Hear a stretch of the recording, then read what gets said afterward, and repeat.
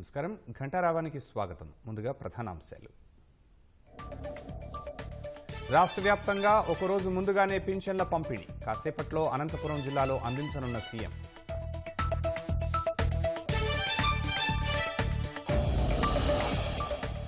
జగన్ ఏం సాధించారని శాలువా కప్పాలన్న మంత్రి గొట్టిపాటి. విద్యుత్ వ్యవస్థను నాశనం చేసినందుకు సన్మానించాలా అని నిలదీత.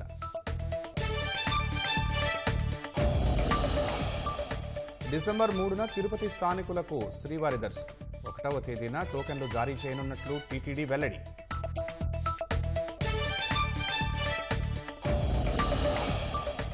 తుపాన్ ప్రభావంతో తమిళనాడు, పుదుచ్చేరిలో భారీ వర్షాలు. నెల్లూరు జిల్లాలో కోతకు గురైన సముద్ర తీరం.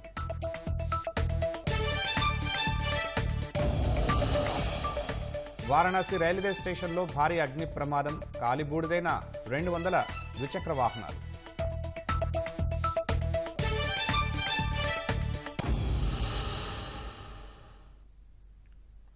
ఫెంగల్ తుపాన్ ప్రభావంతో తమిళనాడు, పుదుచ్చేరిలో భారీ వర్షాలు కురుస్తున్నాయి. ఉదయం నుంచే భారీ వర్షాలు మొదలైనట్లు తెలిపిన అధికారులు 12 లక్షల కుటుంబాలను అప్రమత్తం చేసినట్లు చెప్పారు. లోతట్టు ప్రాంతాల ప్రజలను శిబిరాలకు తరలించినట్లు పేర్కొన్నారు. వారికి ఆహారం, తాగునీరు సహా అన్ని ఏర్పాట్లు చేసినట్లు ప్రకటించారు. భారీ వర్షాలతో పాటు గంటకు 90 కిలోమీటర్ల వేగంతో గాలులు వీస్తాయన్న వాతావరణ శాఖ హెచ్చరికతో తుపాన్ ప్రభావిత ప్రాంత జిల్లాల్లో విద్యా సంస్థలకు సెలవు ప్రకటించడంతో పాటు ఇతర సేవలను నిలిపేశారు. సముద్ర సమీప ప్రాంతాలకు వెళ్లకుండా బీచ్ రోడ్లను, పర్యాటక ప్రదేశాలను మూసివేశారు. ప్రజలు ఇళ్లలోనే ఉండాలని అధికారులు సూచించారు. జిల్లా కలెక్టరేట్లలో కంట్రోల్ రూమ్లను ఏర్పాటు చేసినట్లు చెప్పారు. ప్రజలకు సహాయపడేందుకు వీలుగా టోల్ ఫ్రీ నెంబర్లతో పాటు వాట్సాప్ నెంబర్లను ఏర్పాటు చేసినట్లు అధికారులు తెలిపారు.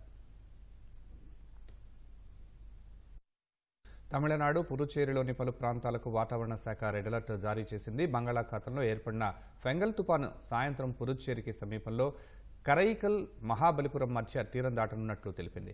చెన్నై, తిరువల్లూరు, చెంగల్పట్టు, కాంచీపురం, విల్లుపురం, కుల్లకురిచ్చి, కడలూరు జిల్లాలతో పాటు పుదుచ్చేరిలో భారీ నుంచి అతి భారీ వర్షాలు కురుస్తున్నట్లు అధికారులు తెలిపారు.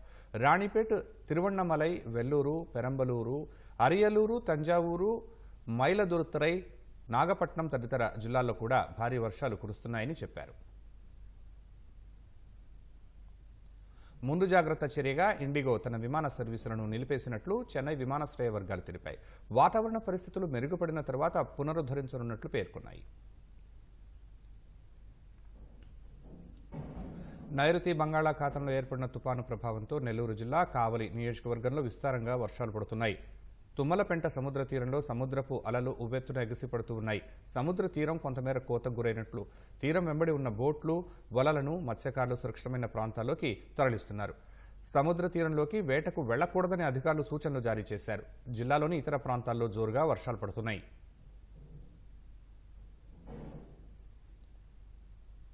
రాష్ట్ర వ్యాప్తంగా ఒకరోజు ముందుగానే పింఛన్ల పంపిణీ మొదలైంది. రేపు ఆదివారం కావడంతో ఒకరోజు ముందుగా ప్రజాప్రతినిధులు ఇంటింటికి వెళ్లి పింఛన్లు పంపిణీ చేస్తున్నారు. పుట్టపర్తి నియోజకవర్గం, కొత్త చెరువు, బుక్కపట్నం మండలాల్లో ఎమ్మెల్యే పల్లె సింధూరారెడ్డి ఇంటింటికి వెళ్లి పింఛన్లు పంపిణీ చేశారు. పెనుకొండలోని దర్గాపేటలో మంత్రి సవిత ఉదయాన్నే పింఛన్లు పంపిణీ ప్రారంభించారు. ఇంటింటికి వెళ్లి వృద్ధులను, దివ్యాంగులను పలకరిస్తూ పింఛన్లు పంపిణీ చేశారు. లబ్ధిదారులకు ఒకరోజు ముందుగా పింఛన్లు పంపిణీ చేసిన ఘనత సీఎం చంద్రబాబుకే దక్కుతుందని కర్నూలు జిల్లా పాణ్యం ఎమ్మెల్యే గౌరు చరితారెడ్డి అన్నారు. రాష్ట్రం ఆర్థికంగా కష్టాల్లో ఉన్నా ఇచ్చిన హామీలను నిలబెట్టుకుంటున్న ప్రభుత్వం తమదని అనంతపురం అర్బన్ ఎమ్మెల్యే దగ్గుపాటి ప్రసాద్ అన్నారు. నగరంలోని 9, 49వ డివిజన్లలో ఆయన ఇంటింటికి వెళ్లి పింఛన్లు పంపిణీ చేశారు. సీఎం చంద్రబాబు ఆదేశాలతో లబ్ధిదారుల ఇళ్ల వద్దకే వెళ్లి పింఛన్లు పంపిణీ చేస్తున్నామని కళ్యాణదుర్గం ఎమ్మెల్యే అమిలినేని సురేంద్రబాబు అన్నారు. విజయనగరం జిల్లాలో జరిగిన రోడ్డు ప్రమాదం 4గురిని బలి తీసుకుంది. భోగాపురం మండలం పోలిపల్లి వద్ద లారీ కారు ఢీకొని అక్కడికక్కడే 4గురు దుర్మరణం చెందారు. శ్రీకాకుళం నుంచి విశాఖ వెళుతున్న కారు టైరు పంక్చర్ కావడంతో అదుపు తప్పింది. డివైడర్ను ఢీకొని అవతలి రోడ్డుపై ఉన్న లారీపై దూసుకు వెళ్లింది. ప్రమాద ధాటికి కారు నుజ్జునుజ్జైంది. కారులో ప్రయాణిస్తున్న శ్రీకాకుళం జిల్లాకు చెందిన అభినవ్, కౌశిక్తో పాటు మరో 2 మృతి చెందారు. 2 మృతదేహాలు రోడ్డుపై చెల్లాచెదురుగా పడిపోగా మరో 2 మృతదేహాలు కారులోనే ఇరుక్కున్నాయి. పోలీసులు ఘటనా స్థలానికి చేరుకుని కారులో చిక్కుకున్న మృతదేహాలు బయటకు తీసి పోస్టుమార్టం నిమిత్తం విజయనగరం ప్రభుత్వ ఆసుపత్రికి తరలించారు.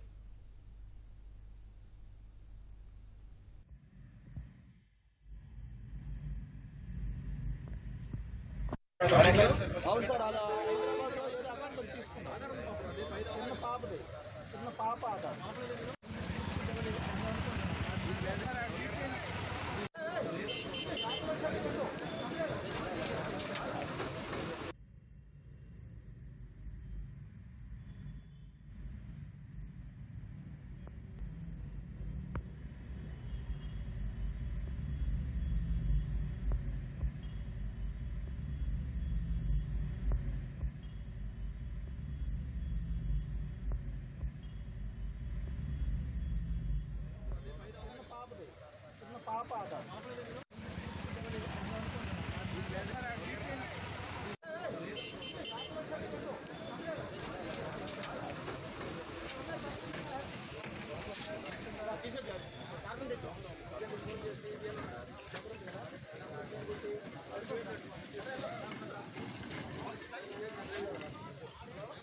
సైడ్ దించిరా మళ్ళీ ఇప్పుడు రావాలి కదా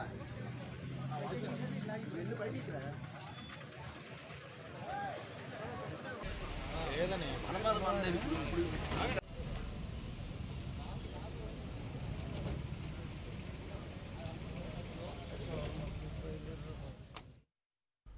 బాపట్ల జిల్లా చెరుకుపల్లి మండలం గూడవల్లి వద్ద ఓ ప్రైవేట్ కళాశాల బస్సు దగ్ధమైంది. రేపల్లి నుంచి గుంటూరుకు వెళుతూ ఉండగా బస్సులో నుంచి పొగలొచ్చాయి. అప్రమత్తమైన డ్రైవర్ బస్సు ఆపి విద్యార్థులను సురక్షితంగా కిందకు దింపారు. విద్యార్థులు బస్సు దిగిన కొద్దిసేపటికే మంటలు చెలరేగి బస్సు పూర్తిగా దగ్ధమైంది. గుంటూరులో జరుగుతున్న నర్సింగ్ పరీక్షలు రాసేందుకు విద్యార్థులను తీసుకువెళ్తుండగా బస్సు ప్రమాదానికి గురైంది.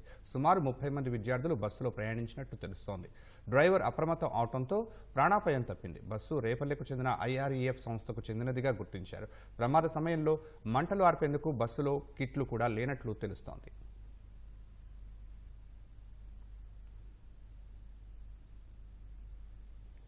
వారణాసి రైల్వే స్టేషన్లో భారీ అగ్ని ప్రమాదం జరిగింది. ఈ ఘటనలో వందల సంఖ్యలో వాహనాలు కాలిబూడిదయ్యాయి. తెల్లవారుజామున ఈ ప్రమాదం జరిగినట్లు అధికారులు తెలిపారు. వారణాసి రైల్వే స్టేషన్లో మంటలు చెలరేగినట్లు సమాచారం అందడంతో జీఆర్పీ, ఆర్పీఎఫ్ పోలీసులతో పాటు 12 ఫైర్ ఇంజన్లు ఘటనా స్థలానికి చేరుకుని మంటలు ఆర్పేసినట్లు చెప్పారు. దాదాపు 2 గంటల పాటు శ్రమించారు. ఈ ఘటనలో దాదాపు 200 ద్విచక్ర వాహనాలు కాలిబూడిదైనట్లు అధికారులు తెలిపారు. విద్యుదాఘాతం కారణంగా మంటలు చెలరేగినట్లు ప్రాథమికంగా గుర్తించిన పోలీసులు కేసు నమోదు చేసుకుని దర్యాప్తు చేస్తున్నారు. రష్యాతో 2.5 ఏళ్లకు పైగా సాగుతున్న యుద్ధాన్ని ముగించడంపై ఉక్రెయిన్ అధ్యక్షుడు జెలెన్స్కీ కీలక వ్యాఖ్యలు చేశారు. తమ అధీనంలోని భూభాగానికి నాటో గ్యారంటీ ఇస్తే రష్యాతో కాల్పుల విరమణ ఒప్పందానికి అంగీకరిస్తామని చెప్పారు. బ్రిటన్కు చెందిన స్కై న్యూస్కు ఇచ్చిన ఇంటర్వ్యూలో జెలెన్స్కీ ఈ వ్యాఖ్యలు చేశారు. ఆ తర్వాత ఉక్రెయిన్ను నాటోలో చేర్చుకోవాలని అన్నారు. అలా అయితే రష్యా ఆక్రమించిన భూభాగాన్ని దౌత్య మార్గాల ద్వారా తిరిగి పొందే అవకాశం ఉంటుందని జెలెన్స్కీ తమ మనసులో మాట చెప్పారు. ఇప్పటివరకు నాటోలోని ఏ దేశమూ అలాంటి హామీ ఇవ్వలేదన్నారు. నాటోలో చేరాలనే ఉక్రెయిన్ ఆకాంక్షను ఏదైనా సభ్యదేశం వ్యతిరేకించే అవకాశం ఉందని చెప్పారు. నాటో నిబంధన ప్రకారం పరస్పర రక్షణ కోసం భవిష్యత్తులో ఏవైనా దాడులను తిప్పికొట్టడానికి సభ్యదేశాలు బలగాలను పంపాల్సి ఉంటుందన్నారు. ఉక్రెయిన్పై 2022 ఫిబ్రవరిలో రష్యా సైనిక చర్య ప్రారంభించింది. తామిచ్చిన దీర్ఘశ్రేణి క్షిపణులను మాస్కోపై దాడులకు అమెరికా అనుమతి ఇవ్వడంతో ఉక్రెయిన్పై రష్యా మరింత తీవ్రంగా విరుచుకుపడుతోంది. ఆచార్య నాగార్జున వర్సిటీ హాస్టల్లో నాసిరకం భోజనం పెట్టడంపై ప్రభుత్వం విచారణకు ఆదేశించడంతో అధికారులు దిద్దుబాటు చర్యలకు ఉపక్రమించారు.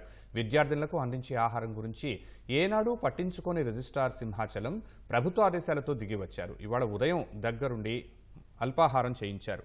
గుంటూరు ఆర్డీఓ శ్రీనివాసులు హాస్టల్లోని కిచెన్ మెస్ను పరిశీలించారు. వాటర్ ప్లాంట్ పరిశుభ్రంగా లేకపోవడంతో వార్డెన్ను నిలదీశారు. ట్యాంక్ నుంచి వచ్చే నీటిలో వెంట్రుకలు, మలినాలు ఉండటంపై ఆగ్రహం వ్యక్తం చేశారు. వాటర్ ట్యాంక్ను ఎప్పటికప్పుడు శుభ్రం చేయాలని ఆదేశించారు. హాస్టల్ మెస్ను ఉన్నత విద్యామండలి తాత్కాలిక చైర్మన్ రామ్మోహన్ రావు, కార్యదర్శి భరత్ గుప్తా పరిశీలించారు. వర్సిటీ వీసీ గంగాధర్, రిజిస్ట్రార్ సింహాచలంతో కలిసి కిచెన్ను పరిశీలించారు. విద్యార్థులకు అందిస్తున్న భోజనం గురించి ఆరా తీశారు. ఇక నుంచి విద్యార్థులకు అందించే ఆహారంలో జాగ్రత్తలు పాటించాలని, భోజనం శుచిగా, రుచిగా ఉండాల్సిందేనని తేల్చి చెప్పారు. ఆచార్య నాగార్జున యూనివర్సిటీలో విద్యార్థినుల మెస్ ప్రాబ్లమ్స్ గురించి నిన్న రాత్రి వాళ్ళు ఆందోళన చేయడం జరిగింది. వాళ్ళతో డిస్కస్ చేసి ఒక ప్లాన్, అంటే students participation in maintenance of mess మేనేజ్మెంట్లో స్టూడెంట్ పార్టిసిపేషన్ ఉండేలాగా, వాళ్ళకి కోరికలకి వాళ్ళకి హైజీన్ అండ్ న్యూట్రిషనల్ ఫుడ్ సఫిషియెంట్గా అందేలాగా దానికి ఏ విధమైన చర్యలు అవసరమో అవన్నీ డిస్కస్ చేసి we formulate standard operating procedures ఏ రకంగా అయితే పర్ఫెక్ట్గా సిస్టమ్ జరుగుతుందో అవన్నీ ఆలోచించి ఒక పాలసీ తయారు చేయిస్తాము. దాని ప్రకారం ఖచ్చితంగా ఈ ప్రాబ్లం సాల్వ్ చేస్తాము. మేము ఇక్కడికి రావడానికి ప్రధాన కారణం సీఎంఓ ఆఫీస్ నుంచి, మినిస్టర్ గారి ఆఫీస్ నుంచి వాళ్ళు రాత్రి 9 గంటల నుంచి కూడా వాళ్ళు రెస్పాండ్ అయ్యారు. ఈ ప్రాబ్లం గురించి ప్రతి 10 మినిట్స్కి కూడా ఎంక్వైరీ చేయడం జరిగింది. అండ్ అకార్డింగ్లీ మేము వైస్ ఛాన్సలర్, రిజిస్ట్రార్ అందరితోనే టచ్లోనే ఉన్నాము. సో ఈ government is very serious to see that the students should not suffer in any aspect. పిల్లలు అయితే చెప్పారు ఆ నిర్లక్ష్యం గురించి, వాళ్ళకున్న సమస్యల గురించి వాళ్ళు మాతో చర్చించడం జరిగింది. ఇప్పుడు వెళ్ళి మేము అడ్మినిస్ట్రేషన్తో మాట్లాడిన తర్వాత ఏంటి, ఎవరు రెస్పాన్సిబుల్, ఎవరి మీద చర్యలు తీసుకోవాల్సిన అవసరం ఉన్నది, అవన్నీ కూడా తప్పకుండా మేము చర్చిస్తాం. ఇన్పుట్లో ప్రతి ప్రాబ్లం ఏమీ లేదు, మంచి మంచి క్వాలిటీ సరుకులే వస్తున్నాయి. అయితే problem is hygiene maintenance, cooking సరిగ్గా ఉండాలి. వీళ్ళు మెనూ మీద కూడా కొన్ని విషయాలు చెప్పారు వాళ్ళు. ఆ మెనూ కూడా వాళ్ళకి అనుగుణంగా ఉండేలాగా చేసేలాగా చర్యలు తీసుకోండి. 3 రోజుల పసికందును గుడిలో వదిలేసి వెళ్లిన అమానవీయ ఘటన సత్యసాయి జిల్లాలో జరిగింది. సోమందేపల్లి మండలం చాలకూరు గ్రామ శివార్లోని శివాలయంలో గుర్తు తెలియని వ్యక్తులు శిశువుని వదిలేసి వెళ్లినట్లు తెలుస్తోంది. ఉదయాన్నే గుడిలో స్నానం ఆచరించడానికి వెళ్లిన అయ్యప్ప మాలధారులు పసికందును గుర్తించి స్థానిక సర్పంచ్కు, అంగన్వాడీలకు సమాచారం ఇచ్చారు. స్పందించిన అంగన్వాడీ సిబ్బంది స్థానికులతో కలిసి బాలుడిని చికిత్స నిమిత్తం హిందూపురం ప్రభుత్వ ఆసుపత్రికి తీసుకువెళ్లి పరీక్షలు చేయించారు. చిన్నారిని పుట్టపర్తిలోని ఐసీడీఎస్ శిబిరానికి తరలిస్తున్నట్టు అంగన్వాడీలు తెలిపారు. మా ఊర్లో శివాలయం అనే గుడి ఉంది. ఆ గుడి దగ్గర 3 గంటల సమయంలో ఈ బాబుని అక్కడ గుర్తు తెలియని వ్యక్తులు వదిలేసి వెళ్ళడం జరిగింది. ఆ సమయంలో మా ఊర్లో ఉండే అయ్యప్ప స్వాములు స్నానానికని వెళ్ళారు. అక్కడ బాబు కిందకు పడి ఏడుస్తున్నాడు. అక్కడ ఎవరు ఈ బాబు అని అయ్యప్ప స్వాములు గమనించి మా సర్పంచ్ గారు తెలియజేయడం జరిగింది. మా సర్పంచ్ గారు పోలీస్ స్టేషన్కి కంప్లైంట్ చేస్తే అక్కడున్న సార్ వాళ్ళు అంగన్వాడీ సిబ్బందికి అప్పగించండి అని చెప్పడం జరిగింది. అక్కడ ఆ గుడి దగ్గరికి నేను, నా తోటి సిబ్బంది, అంగన్వాడీ వర్కర్స్ ముగ్గురము కలిసి వెళ్ళి ఆ బాబుని మా దగ్గర తెచ్చుకొని బాబుని బట్టతో తుడిచి బాబుని సేఫ్గా మా దగ్గర ఉంచుకోవడం జరిగింది. తర్వాత మా ఐసీడీఎస్ సిబ్బంది, సూపర్వైజర్, సిడిపిఓ, మహిళా పోలీస్కి, ఏఎన్ఎంస్కి, అలానే చైల్డ్ హెల్ప్ లైన్ కూడా కాల్ చేస్తే హిందూపురికి తీసుకెళ్లి అక్కడ బాబు హెల్త్ ఎలా ఉంది అని చెకప్ చేయించి తర్వాత పుట్టపర్తికి ఉన్న శిశు గృహానికి అప్పగించాల్సిందిగా మాకు తెలియజేసినారు. నెల్లూరు ప్రజలను దోమలు కంటి మీద కునుకు లేకుండా చేస్తున్నాయి. నగరంలోని ఖాళీ స్థలాలు, శివారు కాలనీల్లో మురుగు కుంటలు దోమలకు ఆవాసాలుగా మారాయి. వర్షపు నీరు ఎక్కడికక్కడ నిలిచిపోవడంతో దోమలు విపరీతంగా వృద్ధి చెందుతున్నాయి. దీంతో ప్రజలు తరచూ జ్వరాల బారిన పడుతున్నారు. కాలువల్లో మురుగునీరు నిలిచి దుర్గంధం వ్యాపించడంతో తీవ్ర అవస్థలు పడుతున్నారు. అధికారులు స్పందించి చర్యలు తీసుకోవాలని కోరుతున్నారు. దోమలు కుడుతూ వాళ్ళ ఊళ్ళంతా జీరలు, పిల్లకాయలకి జ్వరాలు, వాళ్ళకి దద్దులు, వాళ్ళకి జ్వరాలు మొహంతో కూడా వాచిపోతున్నాయి. ఆ కాలువలు తీసి పంపిస్తే నీళ్లు లేవడ చేస్తే మాకు దోమలు కొంచెం తగ్గుతాయని అనుకుంటాం. ఈ ప్లాట్లన్నీ నీళ్లు గుంతలుగా అయిపోయి నీళ్లు ఎక్కువ నిలబడిపోయి పచ్చగా వచ్చేసి దాంట్లో పాములు, చేపలు, కప్పలు విపరీతంగా ఉన్నాయి. మా పరిస్థితి ఏందో అర్థం కావట్లేదు. పిల్లలకి జ్వరాలు వచ్చి ఆమంతిన ఏ ఇంట్లో పట్టిన జ్వరాలతో అల్లాడిపోతున్నారు. బిడ్డలు బయట తిరిగే పరిస్థితే లేకుండా పోయింది. ఈ ప్రకారం ఉంటే మేము ఎట్ట బతకాలా? వర్షానికి నీళ్ళు వచ్చేస్తాయి, వర్షం వచ్చిందంటే నీళ్ళు వచ్చేస్తాయి, ఇళ్లలో కూడా నీళ్ళు వచ్చేస్తాయి. మాకు దోమలు విపరీతంగా ఉన్నాయి. దోమల ముందు కూడా కొట్టలేడు అసలు. ఆ చివరి వెనక చూస్తే కాలువలో నీళ్ళు పొల్లిట్టు వస్తున్నాయి ఇళ్లలోకి. మాకు దోమల వల్ల ఇగో వర్షాలు పడితే ఇలా నీళ్ళు నిలబడిపోయి వాసన, దాంట్లో ఏం చచ్చిపోయినా కూడా కుళ్ళు వాసన, ఇంట్లో ఉండటానికి కూడా మాకు వీల్లేదు. అసలు బయటకు రావాలంటే వారాలను పడితే బయటకు రావాలంటే మాకు బాగా ఇబ్బందిగా ఉంది. ఫుల్ మోకాల్లోతు నీళ్ళు వచ్చేస్తాయి. రోడ్డు కూడా మాకు సైడ్ కాలువలు లేవు, సైడ్ కాలువలు రావాలి. వాసన అంతా పిల్లలకు దోమల వల్ల జ్వరాలు వస్తున్నాయి. దోమలు వచ్చి ఆ పందులు అవన్నీ గలీజుగా ఉన్నాయి. చంటి బిడ్డలు వేసుకొని పనుకో ఉన్నారు అందరి ఇళ్లలో. ఎవరు కూడా పట్టించుకోరు. అసలు ఇక్కడ ఒక దొంగలు పడినా కూడా ఎవరు కూడా పట్టించుకోరు. అసలు ఇప్పుడు వర్షాలు పడ్డాయనంటే ఇంకా సామ్యంగా పోవు. ఇంకా అది ఎవరైనా మేము బతులాడి మాడంతటా మా డబ్బులుగా మేము ఏదైనా చేసుకొని నలుగురు తలా ఒక్కొక్క రూపాయి వేసుకుని ఉంటే అప్పుడు వచ్చి నీళ్ళు కాలువ ఎత్తిస్తారు.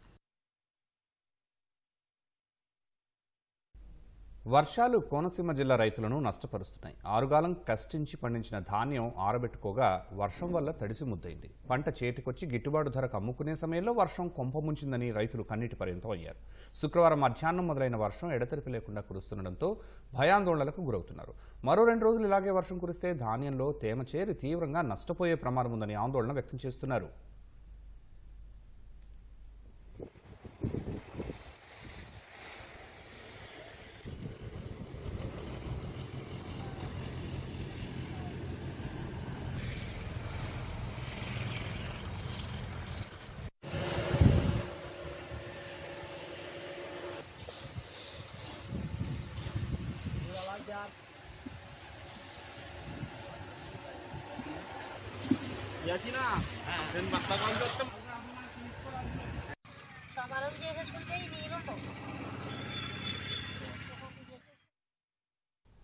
అమెరికాలోని చికాగోలో విషాదం చోటు చేసుకుంది. గుర్తు తెలియని దుండగులు జరిపిన కాల్పుల్లో తెలంగాణలోని ఖమ్మం జిల్లాకు చెందిన సాయితేజ అనే యువకుడు మృతి చెందాడు. ఖమ్మం నగరం రాపతి నగర్ రమణగుట్ట రోడ్లో ఉంటున్న 26 ఏళ్ల నూకరపు సాయితేజ ఎంఎస్ చదివేందుకు 4 నెలల క్రితం అమెరికా వెళ్లాడు. సూపర్ మార్కెట్లో పార్ట్ టైం విధులు నిర్వహిస్తూ చదువుకుంటున్నాడు. విధులు ముగించుకుని వస్తున్న సాయితేజపై దుండగులు కాల్పులు జరిపారు. సాయితేజ మృతితో ఖమ్మం నగరంలోని అతని నివాసంలో విషాద ఛాయలు అలుముకున్నాయి. తల్లిదండ్రులు కన్నీరు మున్నీరుగా విలపిస్తున్నారు. మార్నింగ్ 5:40కి అక్కడున్న బాబు ఫోన్ చేసి, అన్న మీ బామ్మర్దికి ఇట్లా అయింది అని చెప్పడంతో మేము సమాచారం తెలుసుకొని అసలు ఏం జరిగింది ఏంటని వివరాలు కనుక్కోగా వాళ్ళు దొంగలు కాల్ చేశారు అని చెప్పారు. అక్కడే పార్ట్ టైం చేస్తాడు. ఈయన షిఫ్ట్ అది కాదు, కాకపోతే అక్కడ ముస్లిం బాబు ఉండటం వల్ల నమాజ్కి వెళ్తున్నానండి, ఒక 5 మినిట్స్ నాది మీరు చూసుకోండి అంటే మనోడు హెల్ప్ చేద్దామని చెప్పి అక్కడ ఉన్నాడు 5 మినిట్స్. మనోడు షిఫ్ట్ అయిపోయాక కూడా మనోడు 5 మినిట్సే కదా అని ఉండేసరికి ఆ టైంలోనే ఇలా జరగటం మాకు చాలా బాధాకరంగా ఉంది. మా మేనమామ బిడ్డ ఉంది, ఈ అబ్బాయి మా మేనమామ కొడుకు అవుతాడు. ఎంఎస్ చదవడానికి 6 మంత్స్ బ్యాక్ వెళ్ళాడు. ఇప్పుడే ఎంపీ గారు కూడా కుటుంబ సభ్యులతో పరామర్శించడం జరిగింది.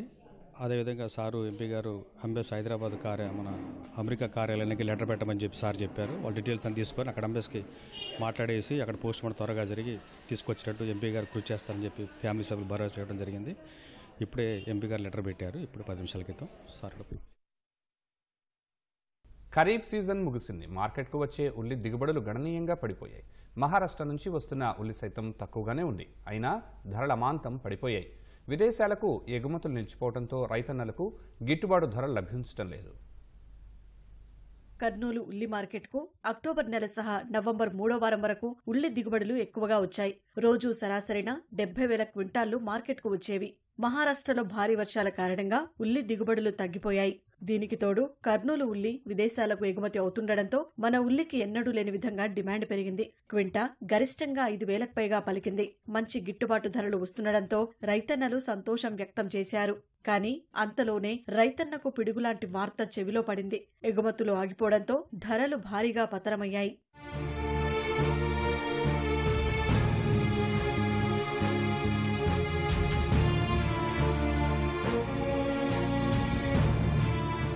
ప్రస్తుతం కర్నూలు ఉల్లి మార్కెట్కు కర్నూలు సహా మహబూబ్ నగర్, అనంతపురం తదితర ప్రాంతాల నుంచి సరాసరిన 3,000 క్వింటాల దిగుబడులు వస్తున్నాయి. విదేశాల్లో మన ఉల్లికి డిమాండ్ పెరుగుతుండటంతో మన దేశంలో ధరలు క్రమంగా పెరగడం ఆరంభమైంది. ఈ భారం సామాన్య ప్రజలపై పడుతుండటంతో కేంద్ర ప్రభుత్వం అప్రమత్తమైంది. బంగ్లాదేశ్ సహా ఇతర దేశాలకు ఎగుమతి అవుతున్న ఉల్లి లారీలను పశ్చిమ బెంగాల్ వద్ద ఆపివేసింది. దీంతో విదేశాలకు మన ఉల్లి ఎగుమతులు నిలిచిపోయాయి. ఫలితంగా కర్నూలు ఉల్లి మార్కెట్లో ధరలు క్రమంగా పతనమవుతున్నాయి. క్వింటా ఉల్లిపై సరాసరిన 1,000 రూపాయల వరకు ధరలు తగ్గిపోయాయి. దీంతో రైతన్నలు ఆందోళన వ్యక్తం చేస్తున్నారు.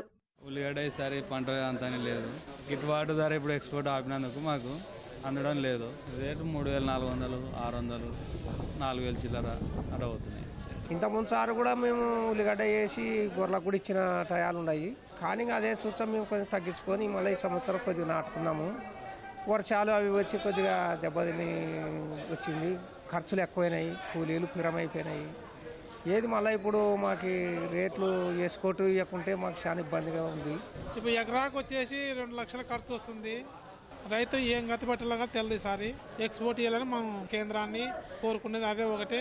కూలీల రేట్లు 600 నుండి 500 వరకు ఉంది. మార్కెట్కి వస్తే గిట్టుబాటు ధరలు లేవు. ఎక్స్పోర్ట్ నడవాలని రైతులకు మంచి గిట్టుబాటు ధర కల్పిస్తారని కోరుకుంటున్నాం. ఎక్స్పోర్ట్ కొనసాగుతుంటే కూడా మాకు మద్దతు ధర ఆడికాడికి 4,000 రూపాయల వరకు జరుగుతుంది. 4,000 అమ్మినా మాకు ఇంకా నష్టమే జరుగుతుంది. 5-6 వేలు అమ్మితే కానీ మాకు గిట్టుబాటు కాదని ప్రభుత్వానికి తెలియజేసుకుంటున్నాము. కూలీల రేట్లు పెరిగినాయి, ఎరువుల రేట్లు పెరిగినాయి, అన్నీ పెరిగినాయి సార్. 10 ఏళ్ళ కిందట కూలీ తక్కువ ఉండే, ఇవే రేట్లు ఉండే అప్పుడుగా. ఇప్పుడు ఇవే రేట్లు ఉండే, కూలీలు ఎక్కువ పెరిగినాయి. ఇప్పుడు నష్టాలు ఉండే, ఈ రేట్లు ఎవరికి ఏం గిట్టుబాట్లు కావు సార్. ఎకరా కలిసి కూడా 80 ప్యాకెట్ కూడా అయితే పెద్ద నష్టము. ఇప్పుడున్న రేటు సరిపోదు, కొంచెం పెంచాలా సార్. ఎకరాకి 1,00,000 రూపాయలు పైన ఖర్చు. మాకు దయచేసి మీరు గిట్టుబాటు ధరలు పెంచాలా. ఎక్స్పోర్ట్ ఆఫీస్ అంటే ఇక్కడ ఉండే ఉల్లి ఇక్కడే మనకు వినియోగం కావాలా అంటే ఫారిన్ కంట్రీకి ఎక్స్పోర్ట్ లేకుండా వేరే మహారాష్ట్ర కానీ తమిళనాడు కానీ హైదరాబాద్కి కానీ ఇట్లా మనకు పంపించి చేసే అవకాశం ఉంది. ప్రస్తుతం ఉల్లి ఉత్పత్తులు కూడా మనకు తగ్గినాయి. మళ్ళీ డిసెంబర్ 1 మళ్ళీ రబీ క్రాప్ వస్తుంది కాబట్టి ధర అనేది నిలకడగా ఉంటుంది ఈ సంవత్సరం. ప్రస్తుతం మహారాష్ట్ర నుంచి ఉల్లి దిగుబడులు వస్తున్నాయి. దీని ప్రభావం కర్నూలు ఉల్లిపై పడే ప్రమాదముందని, ధరలు మరింత పతనం కానున్నాయని నిపుణులు విశ్లేషిస్తున్నారు. మార్గశిర మాసోత్సవాలకు విశాఖ 1 టౌన్ బురుజుపేట కనక మహాలక్ష్మి అమ్మవారి ఆలయం ఘనంగా ముస్తాబైంది. డిసెంబర్ 2 నుంచి 30వ తేదీ వరకు మార్గశిర మాసోత్సవాలను ఘనంగా నిర్వహించనున్నట్లు ఆలయ అధికారులు వెల్లడించారు. సుమారు 1,00,000 మందికి పైగా భక్తులు పాల్గొనే ఈ ఉత్సవాల నిర్వహణపై చర్చించేందుకు కలెక్టర్ ఆధ్వర్యంలో కమిటీ సమావేశమైందని వివరించారు. ట్రాఫిక్ ఎలాంటి ఇబ్బందులు లేకుండా ఏర్పాట్లు చేసినట్లు తెలిపారు. మున్సిపల్ స్టేడియం, విక్టోరియా ఆసుపత్రి ఆవరణ, కొత్త రోడ్డు ఆర్చ్ గేట్ వద్ద పార్కింగ్ సదుపాయం కల్పించామన్నారు. ఆనందపురం, మధురవాడ నుంచి భక్తులకు ఆర్టీసీ ప్రత్యేక బస్సులు నడపనున్నట్లు తెలిపారు. ఉత్తరాంధ్ర ప్రజల ఇలవెల్పు భక్తుల కొంగు బంగారమైన శ్రీ కనకమహాలక్ష్మి అమ్మవారి దేవస్థానంలో అమ్మవారికి మార్గశిర మాసోత్సవాలు మొదలు పెడుతున్నాము. అది 2/12/24 నుంచి 30/12 వరకు జరుగుతుంది. అందులో 4 గురువారాలు అమ్మవారికి ప్రీతిపాత్రమైనవి గురువారాలు. అవి 5/12, 12/12, 19/12, 26/12. 5/12 చాలా విశిష్టమైన మొదటి లక్ష్మీవారం. ఆ రోజు ముందు రోజు రాత్రి అంటే తెల్లారిత లక్ష్మీవారం అనగా బుధవారం రాత్రి 12 నుంచి 2 వరకు తొలి విశిష్ట అభిషేకాలు జరుగుతాయి. దాన్ని తొలి అభిషేకంగా చెప్తున్నారు మనవారు. అది 12 నుంచి 2 వరకు జరుగుతాయి. ఆ అభిషేకాల తర్వాత భక్తులకి దర్శనం ఇస్తారు. ఆఖరి గురువారం అమ్మవారికి సహస్రఘటాభిషేకం ఉంది. సహస్రఘటాభిషేకం అంటే 1000 ఘటాలతోటి భక్తులందరి చేత చేయించబడే సహస్రఘటాభిషేకం. ప్రతి లక్ష్మీవారం కూడా రాత్రి 12 గంటల నుంచి అంటే బుధవారం రాత్రి 12 గంటల నుంచి 2 వరకు విశిష్టాభిషేకాలు. ఏం వెలగబెట్టారని శాలువా కప్పి సన్మానం చేయాలో జగన్ చెప్పాలని విద్యుత్ శాఖ మంత్రి గొట్టిపాటి రవికుమార్ ప్రశ్నించారు. వ్యవస్థలను నిర్వీర్యం చేసినందుక, విద్యుత్ వ్యవస్థను సర్వనాశనం చేసినందుక, 9 సార్లు కరెంటు ఛార్జీలు పెంచినందుక, 5 ఏళ్ల పాలనలో రాష్ట్రాన్ని కోలుకోలేనంతగా దెబ్బతీసినందుక అంటూ నిలదీశారు. అవినీతి సామ్రాట్ జగన్కు ఏ పేరుతో సన్మానం చేయాలని మండిపడ్డారు. 1,00,000 కోట్లు అప్పు చేసి విద్యుత్ వ్యవస్థను అప్పుల ఊబిలోకి నెట్టేశారని దుయ్యబట్టారు. జగన్ నిర్వాకాలతో రాష్ట్రం 20 ఏళ్లు వెనక్కిపోయిందని గుర్తు చేశారు. గతంలో జగన్ అవినీతి రాష్ట్రం దాటితే ఇప్పుడు ఏకంగా దేశాన్నే దాటిపోయిందని విమర్శించారు. రాష్ట్రం పరువు తీయటమే కాకుండా ఇంకా గొప్పలు చెప్పుకుంటారా అని ఆగ్రహం వ్యక్తం చేశారు. అవినీతిని కూడా గొప్పగా చెప్పుకోవటం జగన్కే సాధ్యమని మంత్రి గొట్టిపాటి రవికుమార్ ధ్వజమెత్తారు.